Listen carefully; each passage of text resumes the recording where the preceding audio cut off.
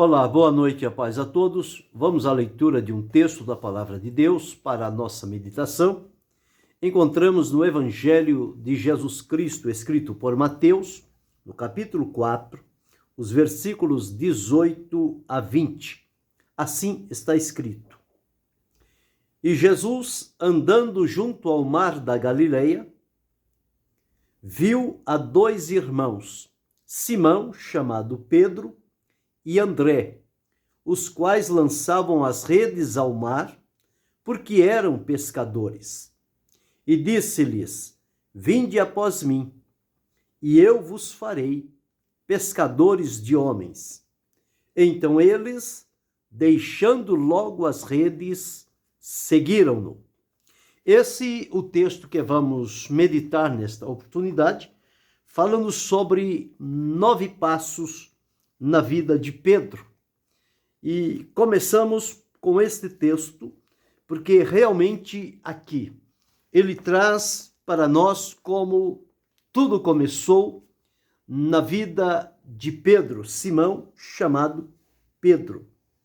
E nós observamos que quando Jesus começou o seu ministério na Galileia, ele saiu à procura daqueles que ele colocaria e nomearia como seus discípulos, que estivesse junto a ele, para que então pudesse, ao desenvolver Jesus o seu ministério, que aquilo fosse realmente o treinamento, a maneira como se deveria realizar a obra de Deus.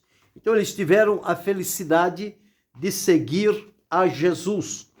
E observamos pelo texto que Pedro e André eram pescadores, e eles então estavam no seu trabalho da pescaria, e chega o momento em que Jesus se aproxima deles, conforme li, e diz que Jesus estava andando junto ao mar da Galileia, e quando passando por ali, ele viu a estes dois irmãos, Simão, chamado Pedro, e André, que era o seu irmão, e eles estavam lançando as redes ao mar, porque eram pescadores. Eles estavam empenhados numa pescaria. Ao ouvir o chamado de Jesus, o que eles fizeram? Mestre Jesus, agora estamos pescando e não podemos ir agora. Quando terminar a pescaria, nós vamos atendê-lo. Mas o que diz a palavra de Deus é que o chamado de Jesus foi tão profundo e falou no íntimo do coração deles, que diz-nos a palavra que eles imediatamente deixaram tudo.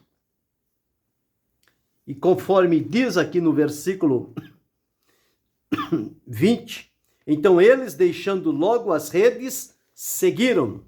Jesus chamou e disse: Vinde após mim, e eu vos farei pescadores de homens. Uma linguagem que eles conheceram, porque eles eram pescadores de peixes. O Senhor Jesus iria transformá-los agora em pescadores de homens para o reino de Deus. Então encontramos neste versículo de número 18 o chamado que Jesus fez a Simão, a Pedro. Fez a outros também, mas estamos hoje observando relacionado a Pedro. E aqui encontramos o primeiro chamado, e nós observamos que este chamado da vida de Pedro veio realmente para que ele tomasse uma decisão. E a decisão dele, ao ouvir o chamado de Jesus, foi dar ouvidos, dar atenção e certamente considerar a importância, o valor deste chamado de Jesus. E isto falou tão forte no coração de Pedro que ele não deixou para depois. Mestre, eu vou pensar no que o senhor está dizendo, vou analisar direitinho, ver se vou aceitar e quais serão as condições. Não, nada disso. Ele não disse nada disso. O texto bíblico diz que quando Jesus disse, vinde após mim, e eu vos farei que sejais pescadores de homens, eles, diz-nos aqui, deixando logo as redes, seguiram-no. Foi ato contínuo. Recebeu o chamado e prestou-lhe imediatamente a obediência. Lembro-me de Abraão, quando Deus o chamou. Sai da tua terra, da tua parentela, da casa de teu pai, e vai para a terra que eu te mostrarei. E diz a Escritura, e saiu sem saber para onde ia. Ouviu o chamado de Deus, entendeu e decidiu ir. A mesma coisa,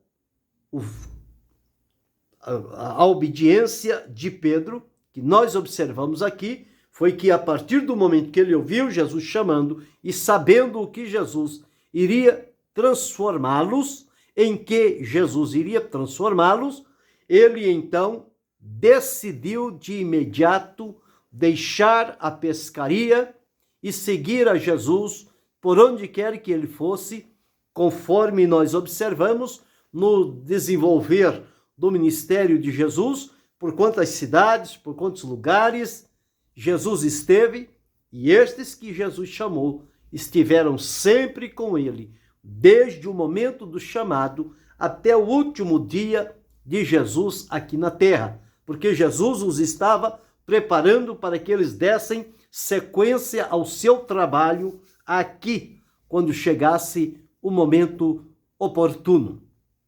Então, o primeiro passo que observamos aqui é a chamada de Pedro. Ninguém pode seguir a Jesus se não tiver dele um chamado. Nós não encontramos ninguém oferecendo-se, mestre, eu quero te servir, eu vou te servir. Não. Tudo parte de um chamado do Senhor Jesus. A Pedro ele disse, vinde após mim e eu vos farei pescadores de homens. Quando Mateus deixou registrado o convite de Jesus, Jesus está convidando, vinde a mim, todos vós que estáis cansados e oprimidos, e eu vos aliviarei. Sempre é Jesus indo ao encontro da pessoa e chamando-a para si, para que venha e se coloque à disposição dele, e então ele fará de cada um aquilo para o qual Deus o designou. Para Pedro, André e muitos outros, ele disse, eu vos farei pescadores de homens. Então, houve um chamado inicial. E quando há um chamado, espera-se daquele que foi chamado pelo Senhor a obediência, ou seja, a disposição de atender e ir em conformidade com aquilo para o qual o Senhor Jesus o chamou. E observamos que Pedro foi, porque ele deixou as redes, ele não guardou as redes, ele não pediu um tempo, ele não disse que iria perder muitos anos de pescaria para agora seguir Jesus caminho afora. Não, ele obedeceu. Foi algo permanente e profundo no coração dele que o motivou a abrir mão do que fazia para seguir a Jesus e estar debaixo da sua orientação. Então, o segundo passo de Pedro foi a obediência. E nós observamos que ele empolgou-se muito em servir, em seguir e servir a Jesus, porque em várias oportunidades, quando Jesus fazia algum tipo de pergunta, ele sempre era o primeiro que queria responder. Isso fazia parte da índole, do caráter dele. E com isto, muitas coisas que de outra forma não saberíamos, ficamos sabendo em razão da iniciativa de Pedro em colocar-se e perguntar, e a sua ação despertou em Jesus a maneira de orientá-lo e ensinar. E isto ficou como lição para cada um de nós. Então nós observamos o primeiro passo, a chamada que ele recebeu de Jesus. Segundo passo, ele aceitou a chamada e obedeceu, porque passou a seguir a Jesus. E o terceiro passo que nós encontramos no desenvolvimento da vida ao lado de Jesus, chegou um momento em que o Senhor Jesus mandou que os discípulos passassem para outra banda enquanto ele foi orar, e depois, pela quarta vigília da noite, o Senhor Jesus vem andando por cima das águas. Os discípulos amedrontam-se, gritam, dizendo que é um fantasma, mas o Senhor diz: sou eu, não temais. E os discípulos aqueceram, porque conheceram a voz, reconheceram Jesus na sua palavra, não temas, e portanto deram-se por satisfeito. Porém, Pedro não. Pedro colocou em dúvida. Pedro disse: como assim? Se és tu, Senhor, manda-me ter contigo por cima das águas. Eu só vou crer que é o Senhor se o Senhor me mandar que eu vá ao teu encontro por cima das águas. Caso não houvesse isso, então ele teria como a sua conclusão de que não era o Senhor. Então, o que significa isto? A dúvida tomou conta do coração de Pedro e ele então tornou-se incrédulo. Só acreditaria que era Jesus se ele pudesse andar por cima das águas conforme Jesus estava andando. Então, isto significa não crer no que Jesus já lhes tinha dito. Mas é assim mesmo. No processo do amadurecimento, na obediência ao chamado de Jesus para segui-lo, estas coisas acontecem. Pode, muitas das vezes, haver altos e baixos na vida, até a pessoa compreender plenamente a finalidade do chamado do Senhor, a proposta dele para realizar por intermédio de cada um de nós, e ao entendermos isso, estarmos então à sua disposição. Isto com certeza vai encorajar, fortalecer e permitir que a nossa fé se aprofunde mais no Senhor. Mas pode existir estes momentos à semelhança de Pedro, como aconteceu com Tomé. Jesus ressuscitou e apareceu aos discípulos e disse: não creio de modo nenhum. Eu preciso ver ele, eu preciso ver o lugar das feridas, eu preciso colocar lá o meu dedo. Se isso não fizer, eu não vou crer. Então veja, mesmo depois do final do ministério, ainda Tomé tinha aquela incredulidade. Pedro a teve aqui anteriormente. Então este é o terceiro passo na vida de Pedro, a sua incredulidade e não acreditar como os demais, quando Jesus disse: sou eu, não temais. Ele disse: se é, então me manda ir por cima das águas. Então esse terceiro passo é a incredulidade de Pedro que nós observamos. Mas observamos também o quarto passo. Veja que não é muito fácil, dado a impetuosidade de Pedro. E parece que ele agia assim de instantes, como que alguém diz, foi sem pensar. Mas nada é feito sem pensar. Tudo as pessoas pensam. Só que muitas das vezes a pessoa pensa e já executa imediatamente, sem avaliar as consequências e os problemas que podem surgir. Como daquele caso quando o Senhor Jesus foi preso, foram para prender a Jesus, e Pedro tirou da espada e lançou no servo do sumo sacerdote, no Malco, e por pouco não o matou, mas cortou-lhe a orelha.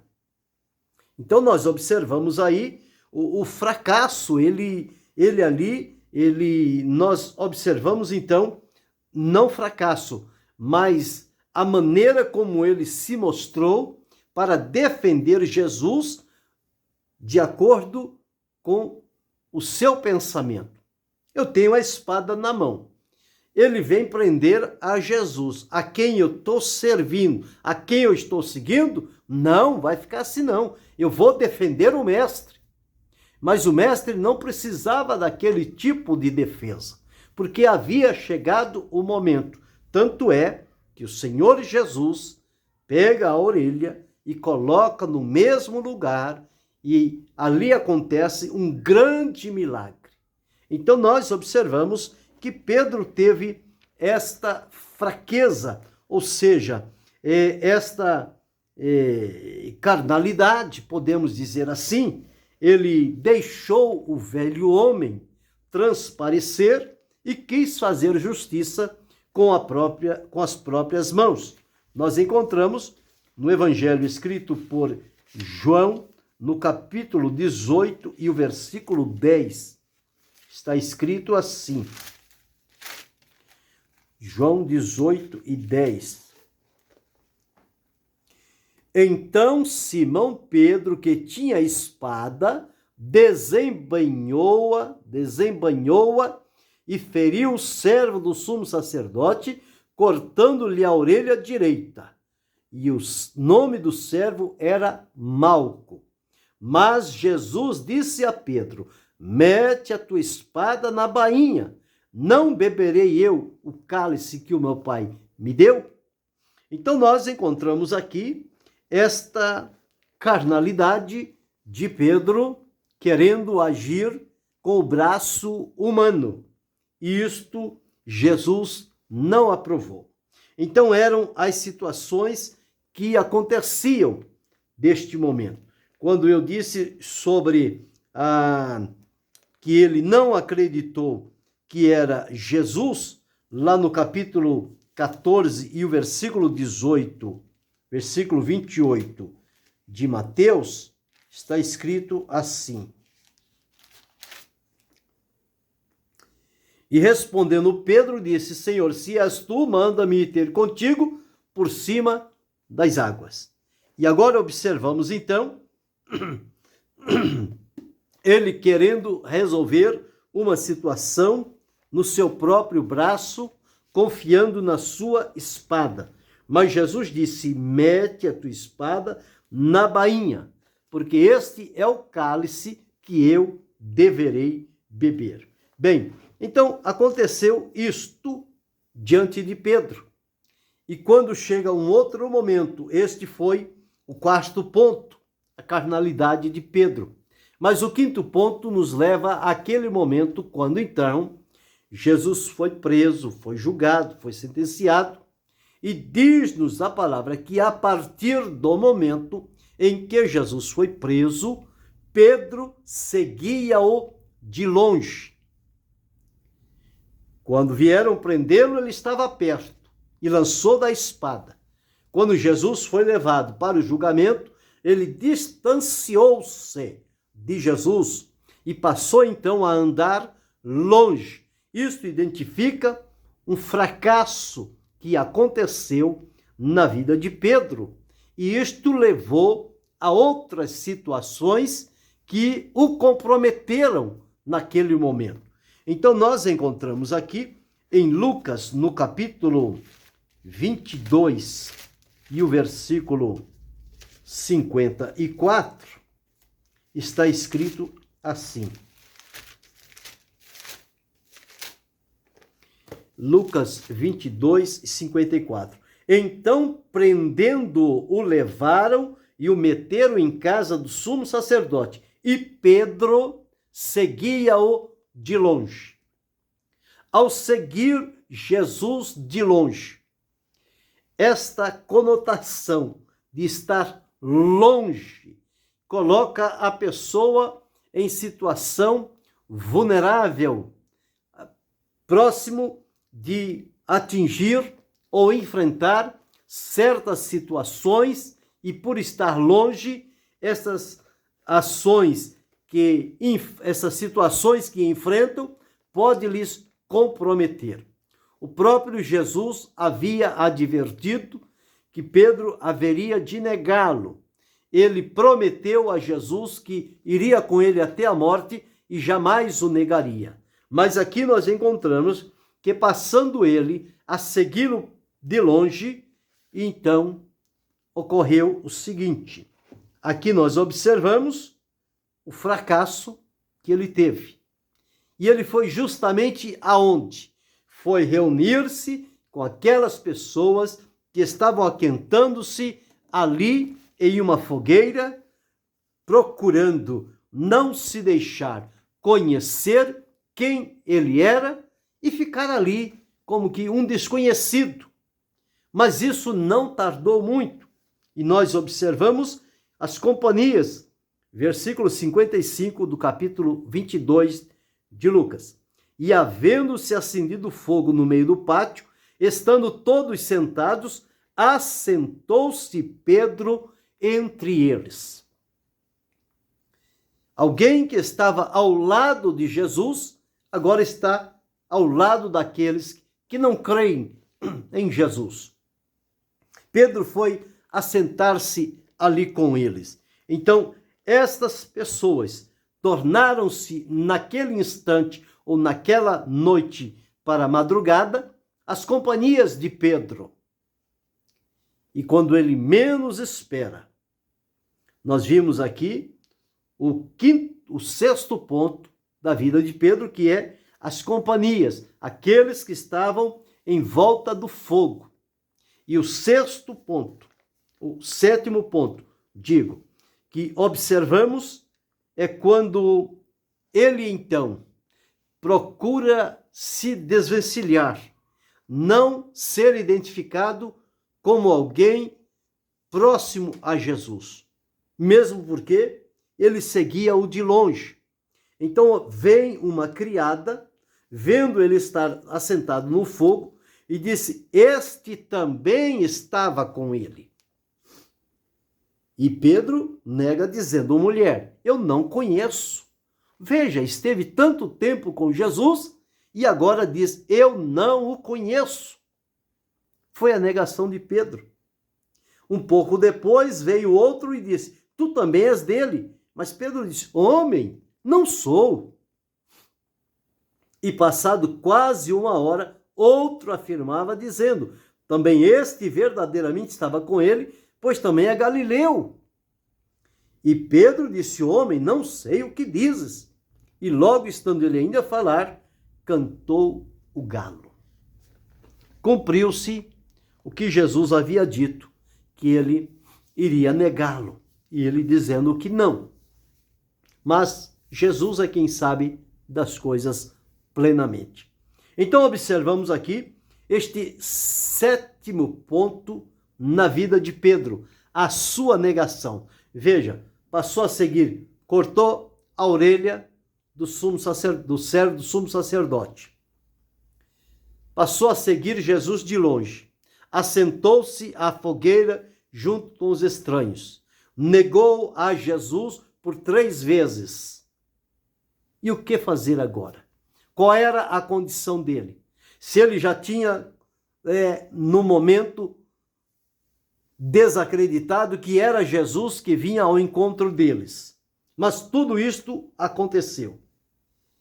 E quando ele estava nesta situação, enlaçado pela maneira como ele se conduziu, nós encontramos aqui no capítulo 22 de Lucas e no versículo de número 61 e 62, diz assim: e virando-se o Senhor, olhou para Pedro, e Pedro lembrou-se da palavra do Senhor, como lhe havia dito: antes que o galo cante hoje, me negarás 3 vezes. Aquele olhar de Jesus a Pedro naquela circunstância tocou o coração dele, e versículo 62, e saindo Pedro para fora, chorou amargamente. Ele não quis mais ficar diante daquele povo, porque o olhar de Jesus despertou-lhe que ele tinha ido longe demais e que precisava retornar.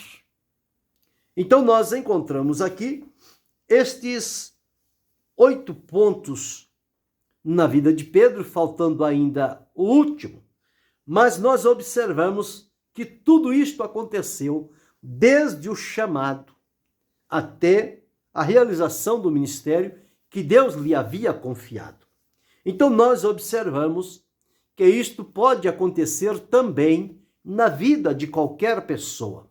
A pessoa pode começar muito bem com um chamado, com a obediência, e de repente, no meio do caminho, pode surgir algumas situações que vão o colocar em dificuldades.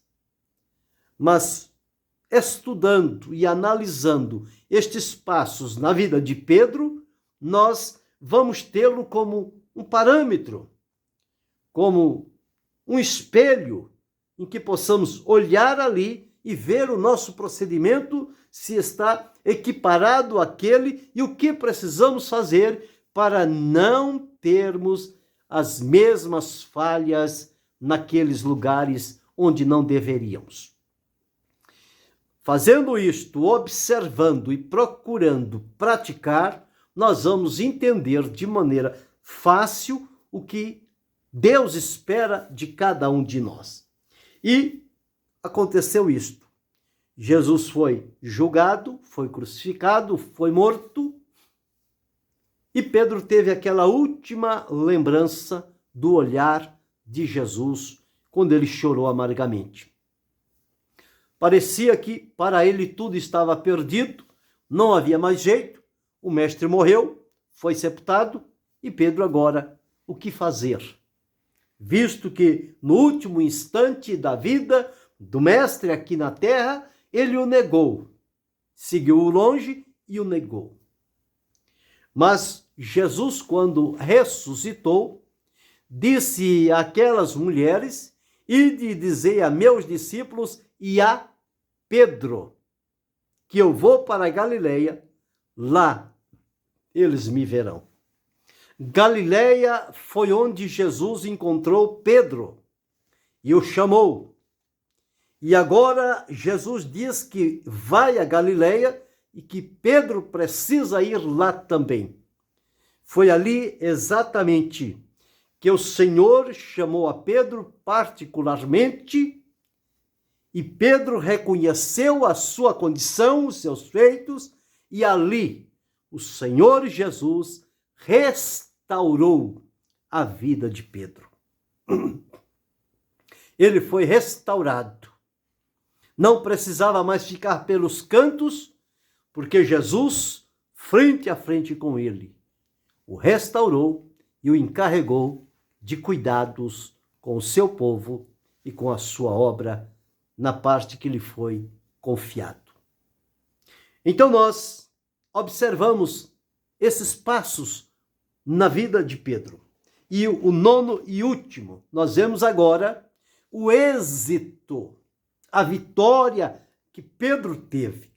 Atravessou por tantas situações difíceis, mas chegou o momento em que as coisas começaram a caminhar direito na vida de Pedro e ele tornou-se uma grande bênção.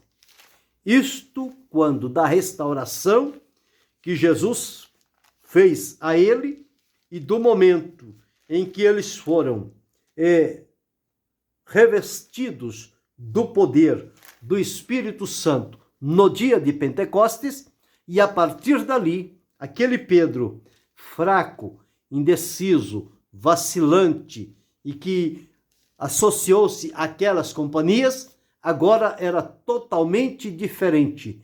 era um Pedro convicto, certo, decidido, próximo ao Senhor e fiel ao que Deus lhe havia confiado. No capítulo 2 de Atos, o verso 37, ele fez aqui a exposição da palavra de Deus para aquele povo que estava entendendo o Pentecoste de maneira errada e, ao dizer as suas palavras, tocou o coração das pessoas e elas disseram, e ouvindo eles isto, compungiram-se em seu coração e perguntaram a Pedro e aos demais apóstolos, que faremos, varões e irmãos? Veja que a palavra moveu o coração daquelas pessoas e ele levou-as ao arrependimento e elas foram acrescentadas à igreja. Então, observamos na vida de um homem, desde a chamada até a plena realização, êxito e o resultado positivo do trabalho que Deus lhe confiou, quantas situações ele atravessou e nem por isso foi deixado de lado. O Senhor esteve trabalhando para a sua restauração. Quem sabe pode haver alguém que tenha recebido um chamado de Deus, tenha se disposto a obedecer com alegria, mas enfrentou ao meio do caminho algumas dificuldades e embaraços e entrou por caminhos que não deveriam ter entrado e julga-se como que agora alguém indiferente e que não há mais uma oportunidade para voltar-se para o Senhor, reconsiderar diante dele a condição, arrepender-se e receber de Deus a restauração para dar continuidade ao trabalho que Deus lhe confiou. Eu quero animá-lo e encorajá-lo com o exemplo que observamos na vida de Pedro em 9 passos, desde o chamado, os percalços que atravessou, até finalmente o seu êxito, a sua recuperação e o resultado do trabalho que ele recebeu do Senhor. Então observamos 9 passos na vida de Pedro. Primeiro, observamos o seu chamado, quando Deus o chamou. Segundo, observamos a obediência. Ao ser chamado, obedeceu. Terceiro, observamos a incredulidade. Quando Jesus disse, sou eu, ele não acreditou. Quarto, vimos a sua carnalidade em querer resolver com a sua própria força, ferindo o Malco. Quinto, observamos o seu fracasso. Quando ele, então, Jesus é preso e ele passa a segui-lo de longe. Sexto, observamos as suas companhias. Depois de seguir Jesus de longe, ele vai assentar-se a uma fogueira com pessoas estranhas que o questionam, que o colocam sobre pressão, e ele nega que conhece a Jesus e que sabe quem o é. E quando ele nega o Senhor Jesus, Jesus olha para ele e ele chora amargamente. Por ocasião da ressurreição, Jesus o restaura e ele arrepende-se daquele olhar, e em o 9º passo é quando ele se coloca diante do povo e faz aquela exposição da palavra de Deus e almas começam a se converter. Ali é um Pedro transformado, espiritual, abençoado, confiável e fiel seguidor do Senhor Jesus Cristo. Estão aí, então, esses 9 passos que nós podemos nos avaliar diante deles, e se em algum passo temos decaído em alguma circunstância, precisamos crer que é possível uma restauração através de um encontro com o Senhor Jesus Cristo. Ele pode nos perdoar, havendo em nós o arrependimento, e restaurar-nos e tornar a usar-nos para a glória e o louvor do seu nome. Que isso possa encorajar a tantos quantos ouvirem esta mensagem e saber que ainda não terminou. Há uma oportunidade, se houver um arrependimento sincero, de uma restauração. E na restauração, o Senhor Deus fortalecerá e continuará o trabalho que ele começou. Sigamos, pois, adiante, firmes e fiéis no Senhor e atento a estes passos para que os nossos pés não resvalem em qualquer que seja o momento que enfrentarmos na vida, mas que sigamos com fidelidade até o fim. E que Deus continue abençoando-nos em Cristo Jesus, não só hoje, mas para todo sempre. Amém.